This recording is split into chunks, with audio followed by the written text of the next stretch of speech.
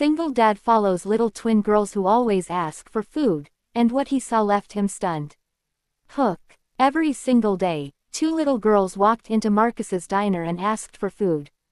They never had money. They never caused trouble. They just asked, quietly, politely, with big brown eyes that held a kind of sadness no child should ever carry. Most people ignored them. A few shooed them away. But Marcus couldn't stop thinking about them.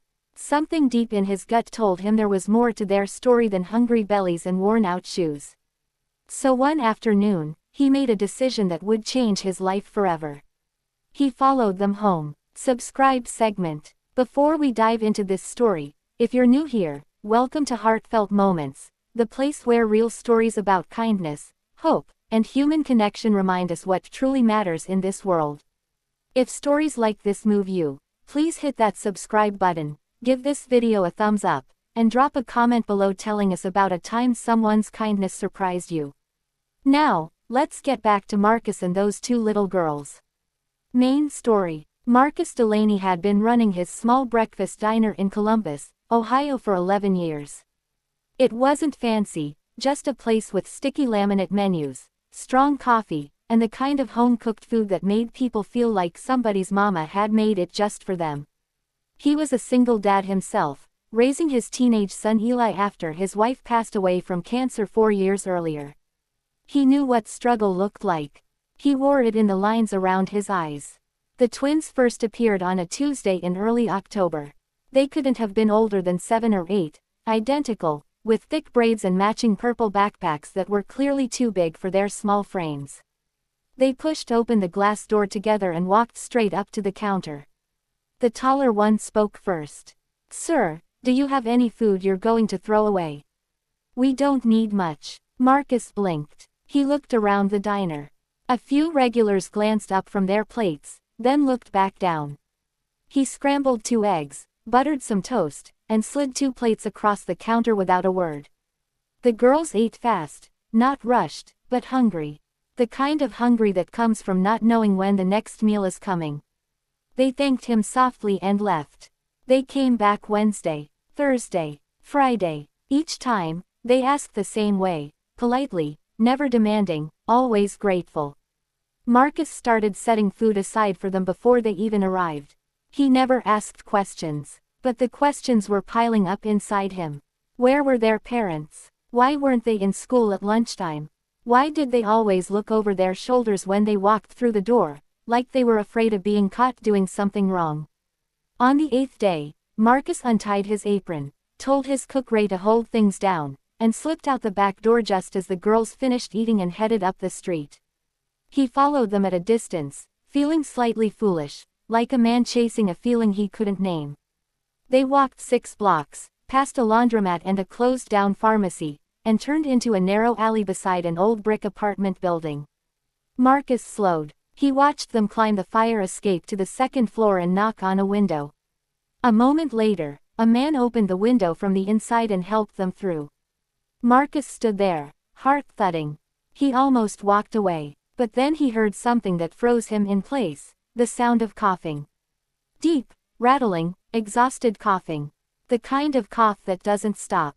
He walked around to the front of the building, found the super, and explained what he'd seen. The super sighed and rubbed the back of his neck. "That's the Webb family," he said. "Dad's been real sick. Lost his job back in the summer. Girls have been trying to take care of him. It's just the 3 of them." Marcus felt the ground shift under his feet. He went home that night and couldn't sleep.